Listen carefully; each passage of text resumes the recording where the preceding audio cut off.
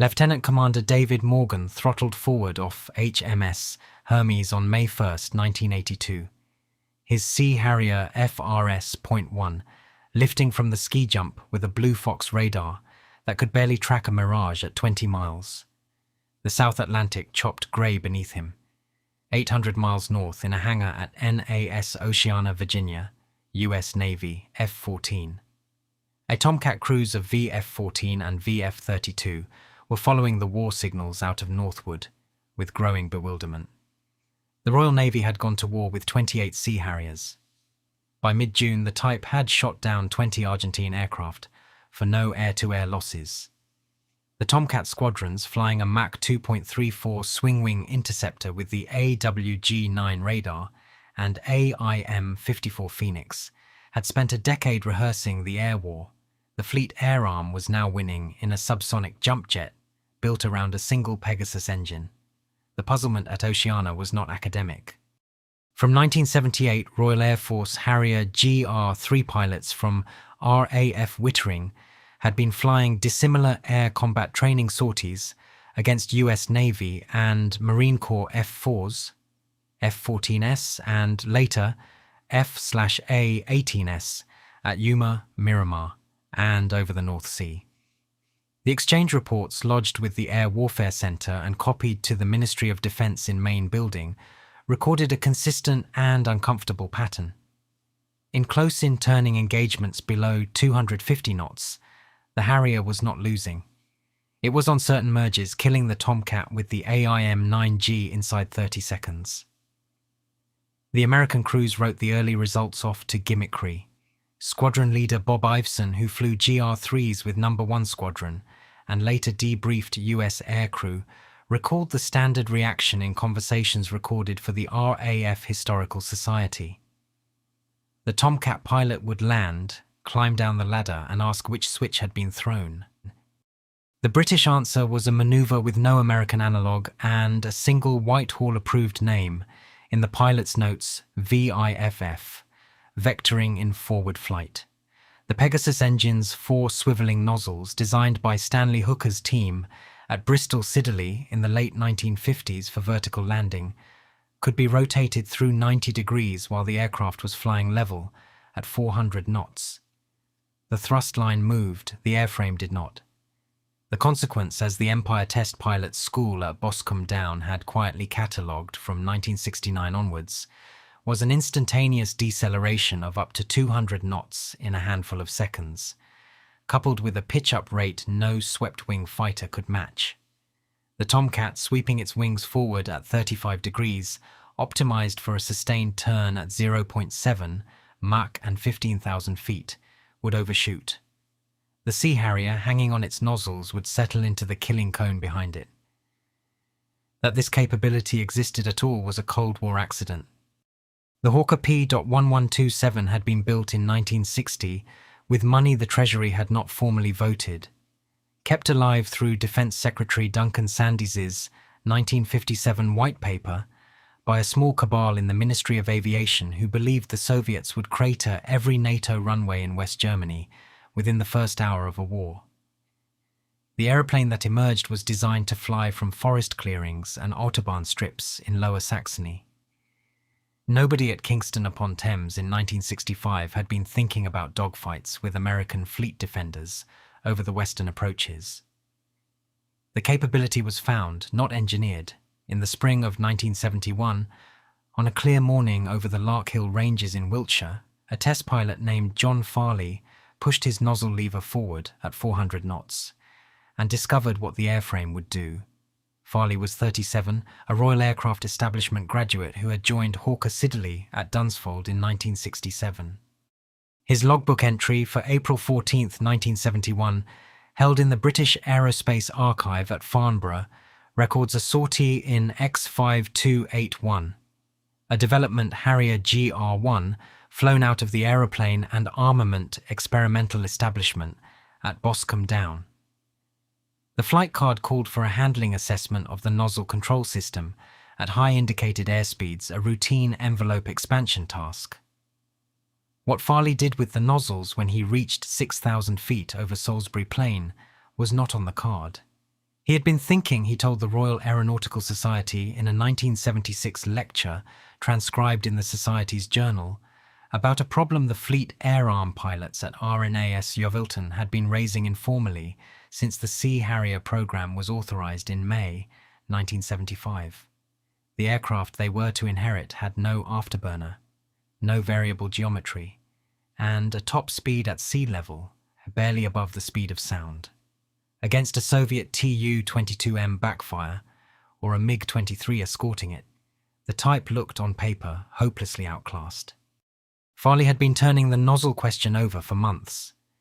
The standard use of the nozzles below 250 knots for hovering and short takeoff was well understood. What happened if a pilot used them at combat speed had never been formally tested, because nobody had a reason to. He selected 80 degrees of nozzle deflection at 400 indicated. The aircraft, he reported in the post-flight debrief, behaved as though it had hit a wall of water. The nose came up violently. The airspeed bled off at a rate the instruments could not track. Within 4 seconds, he was at 120 knots, nose 40 degrees above the horizon, with full directional control. The Pegasus, which produced 21,500 pounds of thrust through its 4 nozzles, had effectively become a thrust-vectoring engine in flight. The implications were obvious to Farley and to the small team at Dunsfold, led by chief designer Ralph Hooper, who debriefed him that evening. They were less obvious to the Ministry of Defence. A paper submitted by Hawker Siddeley to the Air Staff in October 1971 proposing combat trials of what was then called thrust vectoring in forward flight was received without enthusiasm. The Air Staff requirement that had produced the Harrier was for a battlefield close support aircraft. Air combat was the business of the Lightning and, from 1977, the air defence variant of the Tornado. The paper was filed. The paper might have stayed filed had it not been for a Fleet Air Arm officer called Nigel Ward. Lieutenant Commander Ward, known throughout the service as Sharkey, was given command of the 1st Sea Harrier Squadron, 800 Naval Air Squadron, in March 1980. He had flown Phantoms with the Royal Navy and the Royal Air Force, including an exchange tour with US Navy F-4 squadrons at Oceana. He had a low opinion of American carrier doctrine and a high opinion of the aircraft he was about to inherit. He had also read the Dunsfold papers. Ward set about, with the Flag Officer Naval Air Command's discreet support, building a tactical doctrine around VIFF. Through 1980 and 1981, 800 NAS and the trials unit at Boscombe Down flew engagement after engagement against RAF Phantoms out of Coningsby and Wattisham. The Phantoms flown by experienced pilots lost. Ward's tactical assessment, submitted to Flag Officer 3rd Flotilla in October 1981, made a claim Whitehall could not quite believe. The claim was that the Sea Harrier, properly flown, could defeat any fighter in NATO inventory inside the visual range, including the F-14A Tomcat and the F-15A Eagle. The Director of Naval Air Warfare in the Ministry of Defence, Rear Admiral Doug Parker, read the paper, made a note in the margin that the Royal Navy's American friends would need to be exposed to this gradually, and forwarded it to the Naval Staff.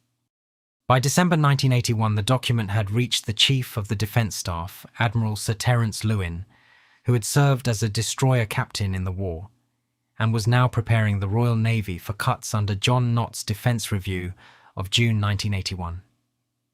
Lewin saw the political utility of Ward's paper immediately. Nott had proposed scrapping 2 of the 3 Invincible-class carriers. The Sea Harrier was the justification for keeping them. The Falklands intervened. On April 2, 1982, Argentine forces took Port Stanley. Ward sailed south on Invincible with 801 NAS. The trials were over.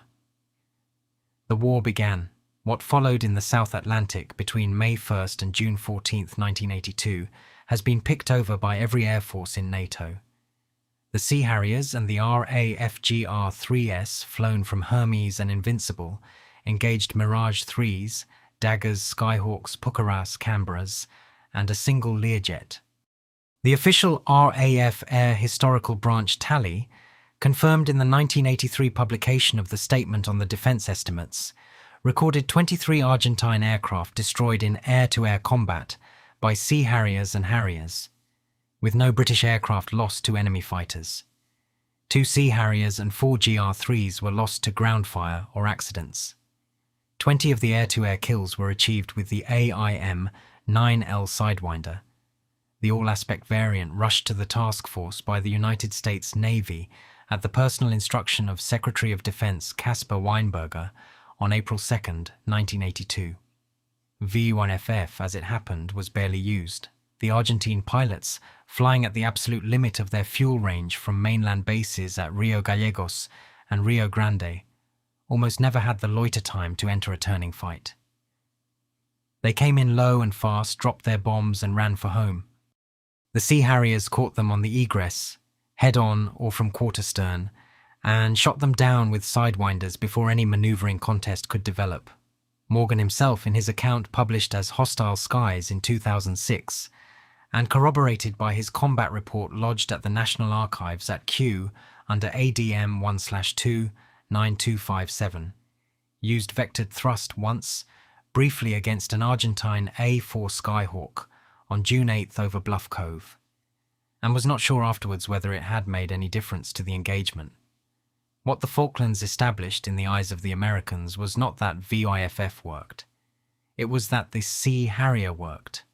The Tomcat community at Oceana and Miramar, which had been losing dissimilar engagements to Harrier detachments through the late 1970s, now found that their entire premise had been reset. The aircraft they had been writing off as a curiosity had just fought and won a war at the edge of the world. The exchange programs resumed in earnest in 1983 with a new American urgency. The detachment that arrived at Yuma in November 1983 from No. 1 F Squadron at RAF Wittering found itself flying 12 sorties a day against Marine Corps F-4s and Navy F-14, and a small delegation from the United States Air Force Tactical Air Warfare Center at Eglin, which had quietly invited itself along. The Eglin officers wanted to know, specifically and on the record, what the British were doing in the merge. They had read every dissimilar combat report filed since 1978, including the classified ones routed through the British Defense Staff in Washington at the embassy on Massachusetts Avenue. The reports described, in the dry language of post-flight debriefs, a maneuver in which a Harrier, faced with an overshooting Tomcat at a closure rate of 300 knots, would punch its nozzles to 70 degrees, decelerate violently, and rotate its nose through the gun cone. The Tomcat, with a sustained turn rate of 15 degrees per second at corner velocity, could not match a pitch authority generated by something other than aerodynamics. The American difficulty in grasping this was conceptual, not technical. A Tomcat pilot trained at Top Gun was taught to manage energy. The basic axiom of post-war fighter combat, codified by Colonel John Boyd at Nellis in his Energy Maneuverability Theory of 1964, treated speed as currency. You spent it in a turn, you regained it in a dive, you never gave it away for free. The Harrier, by using its nozzles, was committing what any Top Gun instructor would have called the cardinal sin. It was throwing its energy away, deliberately, at the merge. What the Americans realized slowly through 1983 and 1984 was that the Boyd model assumed the discarded energy had to be regained from the airstream. The Harrier did not regain energy from the airstream. It regained energy from the engine. The Pegasus, throttled up as the nozzles came back to the horizontal, accelerated the aircraft from 120 knots back to 400 in under 20 seconds. A thrust-to-weight performance that a fully fueled F-14A, burdened by Phoenix missiles and the swing-wing mechanism, could not match.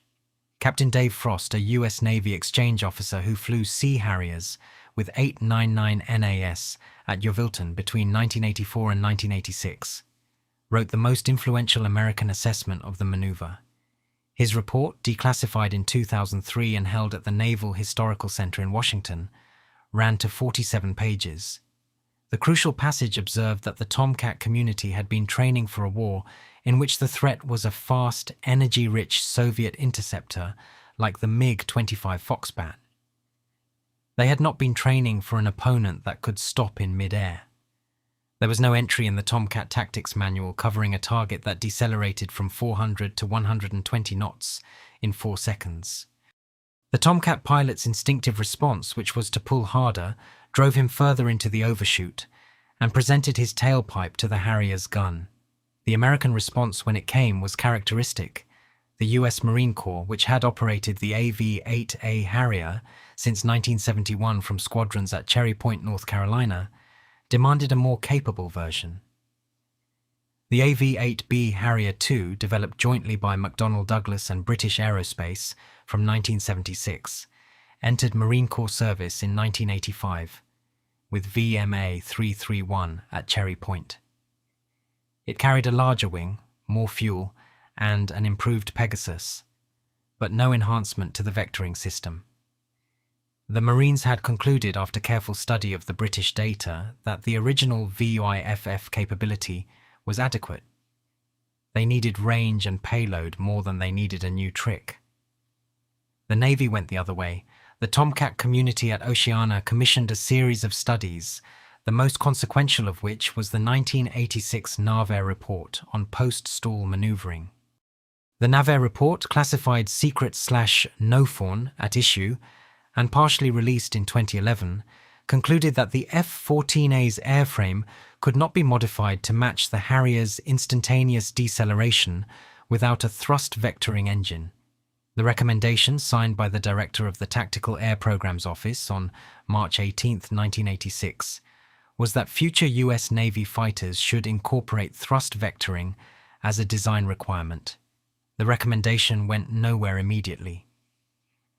The F-14D, which entered service in 1991, was a digital avionics upgrade of the original airframe.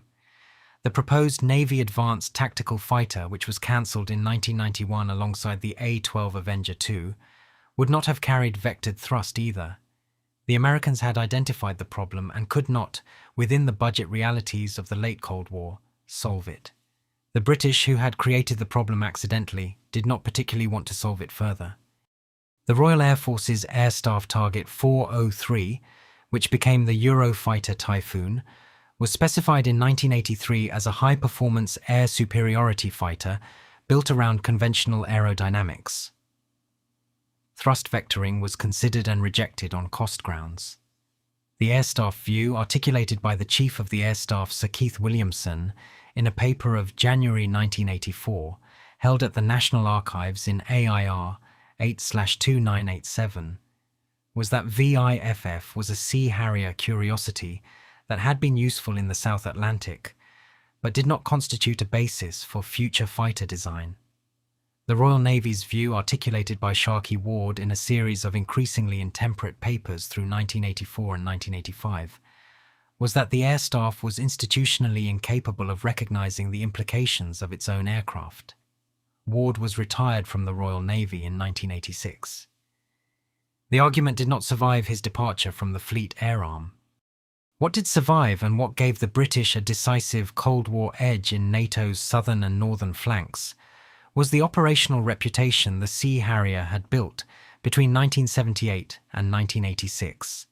The Soviet naval aviation, which had been preparing through the 1970s to engage NATO carriers in the Norwegian Sea with regiments of two 22M backfires escorted by MiG-23s and Su-15s, was forced to revise its planning. The GRU's assessment of the Sea Harrier threat, captured in the documents released after 1991 and reviewed by Christopher Andrew in the Mitrokhin Archive of 1999, treated the aircraft as a credible carrier defender, despite its subsonic top speed and short range. The backfire regiments at Saltsea and Beekhoff continued to plan their attack profiles around the assumption of a high-altitude approach. The Sea Harriers, vectoring out of low-level combat air patrols at 3,000 feet over the carrier screen, could come up to engage them. The British Joint Intelligence Committee, in its assessment of Soviet naval aviation prepared for the Cabinet Office in November 1984, treated this asymmetry as a marginal but useful Cold War asset. The JIC paper held at the National Archives under CAB 186/35 noted that the Sea Harrier's reputation, inflated though it may be by the Falklands experience, was now a factor in Soviet planning. The Soviets believed the British had a weapon the Americans could not match.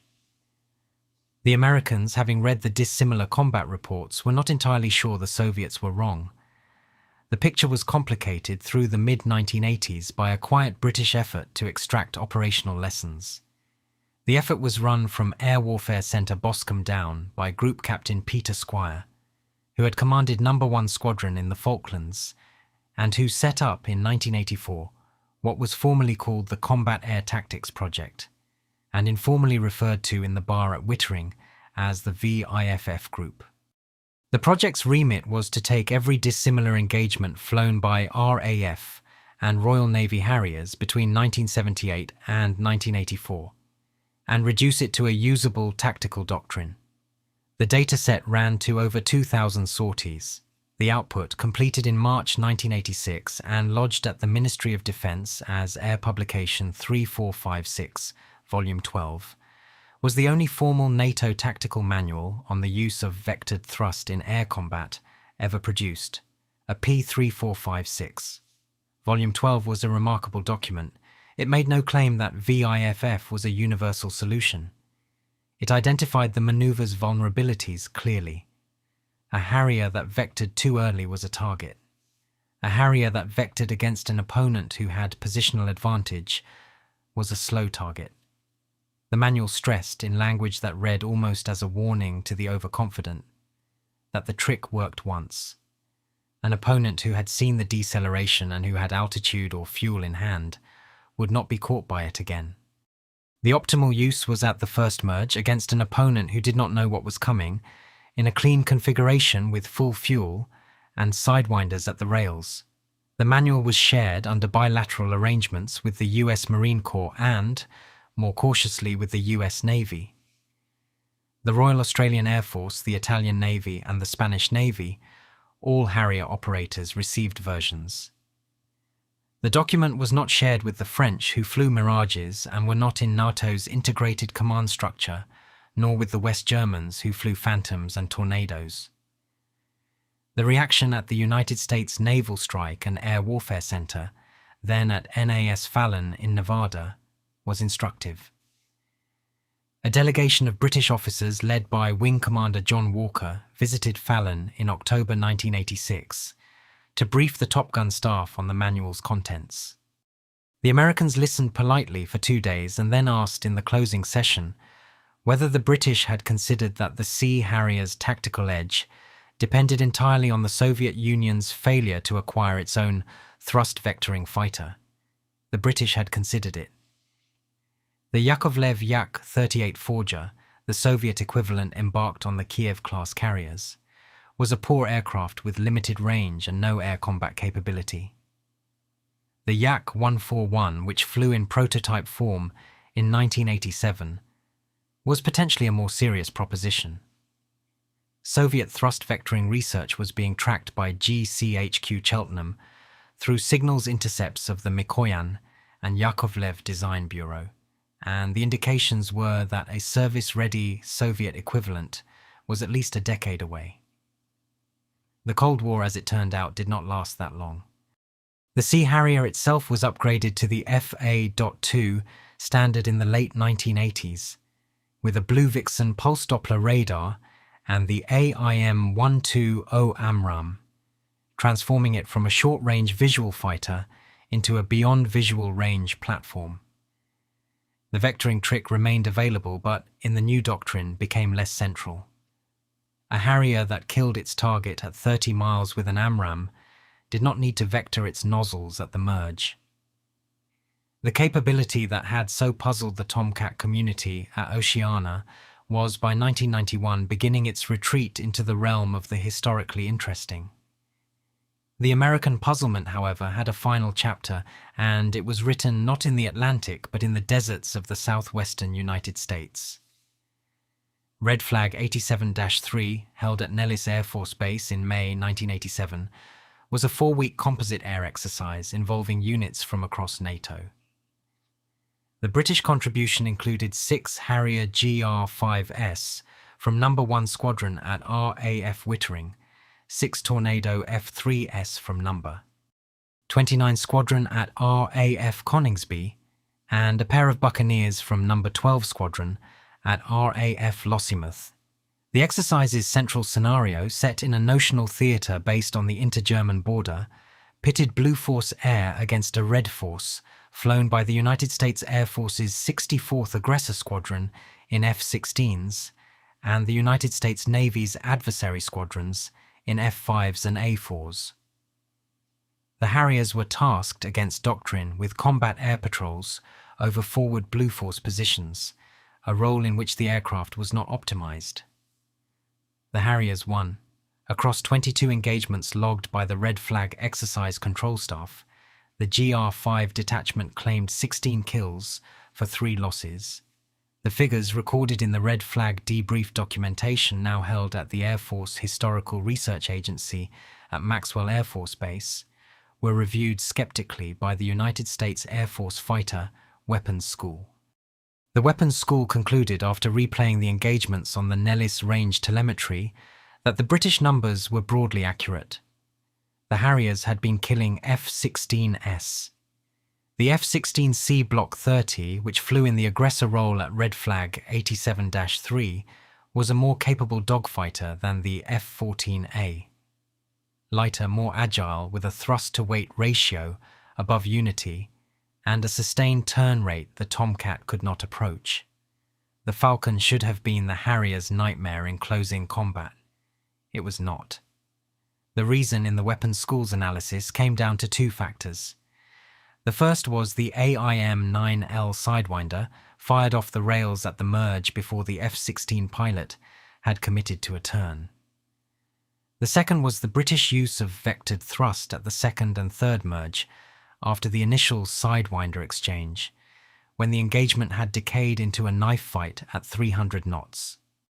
The Weapons School's classified after-action report on Red Flag 87-3, partially released to researchers in 2009 and held at the AFHRA under file 87-3-debrief, observed that the British pilots flew the engagements with a quality the report called settled.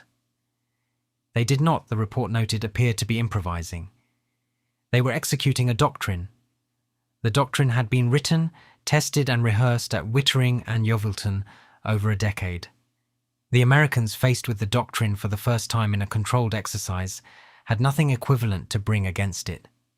The Red Flag results were briefed up the United States Air Force chain of command, and in the spring of 1988 became the subject of a quiet bilateral discussion between the British Defense Staff in Washington and the headquarters United States Air Force in the Pentagon. The discussion, as recorded in the Foreign and Commonwealth Office files, released to the National Archives in 2018 under FCO 46/6298, was friendly. The Americans wanted to know whether the British would consider hosting a long-term USAF detachment at Wittering or Yeovilton, with American pilots flying RAF Harriers under exchange arrangements to absorb the tactical doctrine firsthand. The British, after consultation between the Air Staff and the Foreign Office, agreed. The first USAF pilots arrived at Wittering in January 1989. The Berlin Wall fell in November of the same year. The American exchange detachment at Wittering continued through 1990 and into 1991, even as the strategic premise on which it had been authorized collapsed. The pilots flew Harrier GR-5S and the new GR-7 night attack variant, absorbed the AP-3456 Volume 12 doctrine, and returned to the United States with a body of tactical knowledge that, by the time they reached their next operational assignments, had no obvious enemy to apply it against. The Soviet Air Forces, which had been the assumed adversary of every dissimilar combat trial flown since 1978, were demobilizing. The MiG-29s and Su-27s that had been the target sets in the Boscombe Down tactical exercises were being sold for hard currency to Iran, India, and, in due course, to the United States itself, which acquired a fleet of ex-Moldovan MiG-29s in 1997 to study at Wright-Patterson Air Force Base. The Cold War, in which the Sea Harrier and the Harrier GR series had made their reputation, ended on December 26, 1991, with the dissolution of the Soviet Union. The aircraft themselves continued in service. The Sea Harrier FA.2 reached initial operating capability in 1993 and remained with the Fleet Air Arm until its premature retirement in 2006. A decision taken by the Labour Defence Secretary Jeff Hoon in 2002 that was opposed at the time by every flag officer in the Royal Navy and has been criticised by every subsequent historian of British naval aviation. The Harrier GR7 and GR9 served the Royal Air Force until 2011, when they were retired under the Strategic Defence and Security Review of October 2010. The puzzle the Tomcat pilots at Oceana had been trying to solve through the late 1970s and early 1980s was, by then, of purely historical interest. The F-14 had been retired from US Navy service in September 2006. The F-22 Raptor, which entered service in 2005, carried thrust vectoring as a design feature, the recommendation of the 1986 NAVE report finally implemented 20 years late. The F-35B, the short takeoff and vertical landing variant that replaced the Harrier in both Royal Air Force and Royal Navy service, used a different thrust vectoring system based on a lift fan designed by Lockheed Martin with significant input from the Rolls-Royce engineers at Bristol who had inherited the Pegasus legacy from Stanley Hooker's original team. What the Sea Harrier proved in the dissimilar engagements between 1978 and 1991 was not that thrust vectoring would dominate future air combat. The history of fighter design since 1991 has, on balance, suggested otherwise. Beyond visual range missiles, stealth and sensor fusion have driven engagements away from the close-in turning fight in which VIFF had its application. What the Sea Harrier proved was that British aerospace engineering, in the absence of money, time or political support, could produce an aircraft that disturbed the assumptions of a much larger and richer ally for the better part of a decade. The Harrier was conceived in the austerity of the 1957 Defence White Paper, kept alive through the Treasury crises of the 1960s, and flown in combat from the deck of a converted commando carrier in 1982. It outturned the F-14A Tomcat because no one at Grumman, Long Island, had thought to ask whether a fighter pilot might want to stop in mid-air. The Hawker engineers at Kingston-upon-Thames, building a jump jet for a war in West Germany that never came, had stumbled on the answer 30 years earlier, and not quite known what they had. SEO description: Royal Navy Sea. Harriers shot down 20 Argentine aircraft in 1982 without losing a single dogfight, and US Navy F-14 Tomcat squadrons at Oceana spent the rest of the Cold War trying to work out how. The answer was VIFF, a thrust vectoring trick the Hawker engineers at Kingston discovered by accident in 1971. This is the Whitehall story behind British fighter doctrine, the Falklands Air War, and the NATO dissimilar combat trials that left Top Gun rewriting its manuals. Subscribe to Cold War Vault for more.